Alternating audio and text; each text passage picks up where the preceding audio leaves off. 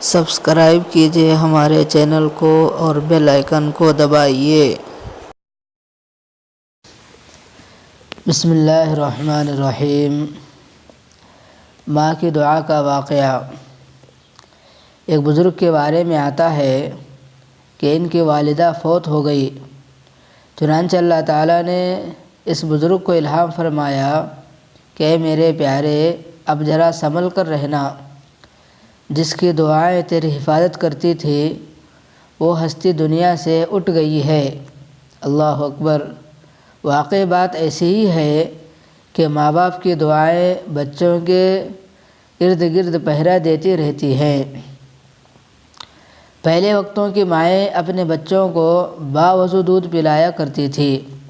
آج کی مائیں ایسا نہیں کرتی، وہ صرف اپنے جسم کو دیکھ رہی ہوتی ہے، موسیقی سن رہی ہوتی ہے اور بچے کو دودھ کی فیڈ دے رہی ہوتی ہے۔ اے میری بہن، تیرا یہ بیٹا بڑا ہو کر جنید بغدادی کیسے بنے گا، باعزت بسطامی کیسے بنے گا؟ تو نے بچپن میں ہی اس کی روحانیت کا گلا گھونٹ دیا۔ میں نے اخبار میں سرگودا کی ایک عورت کا انٹرویو پڑھا۔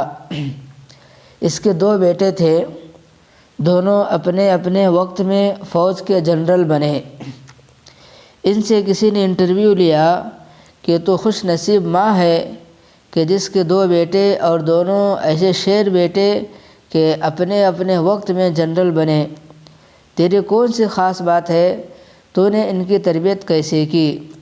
تو اس عورت نے کہا تھا کہ میں عام سادی سی مسلمان عورت ہوں، مگر کسی بزرگ سے میں نے سنا تھا کہ جو عورت باوضو اپنے بچے کو دودھ پلائے گی اللہ تعالیٰ ان کو فرما بردار بنائیں گے۔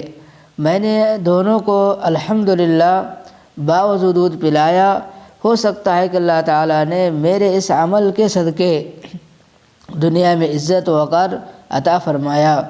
چنانچہ جو عورتیں ایسی نیکیوں کو اپنا لیتی ہے اللہ تعالیٰ ان کے بچوں کو نیک بخت بنا دیتا ہے، اپنی زندگی میں خوشیاں دیکھنے کی توفیق نصیب فرما دیتا ہے۔ اور جو اللہ رب العزت کی نافرمانی کرتی ہے اللہ تعالیٰ انہیں آنکھوں سے دکھا دیتا ہے کہ دیکھ، میں نے تمہیں اولاد اپنی مرضی کی نہ دی، اور اگر دی بھی ہے تو اسے نافرمان بنا دیا ہے۔ بس اللہ سے دعا ہے کہ اللہ تعالیٰ مجھے اور آپ کی ان باتوں پر عمل کی توفیق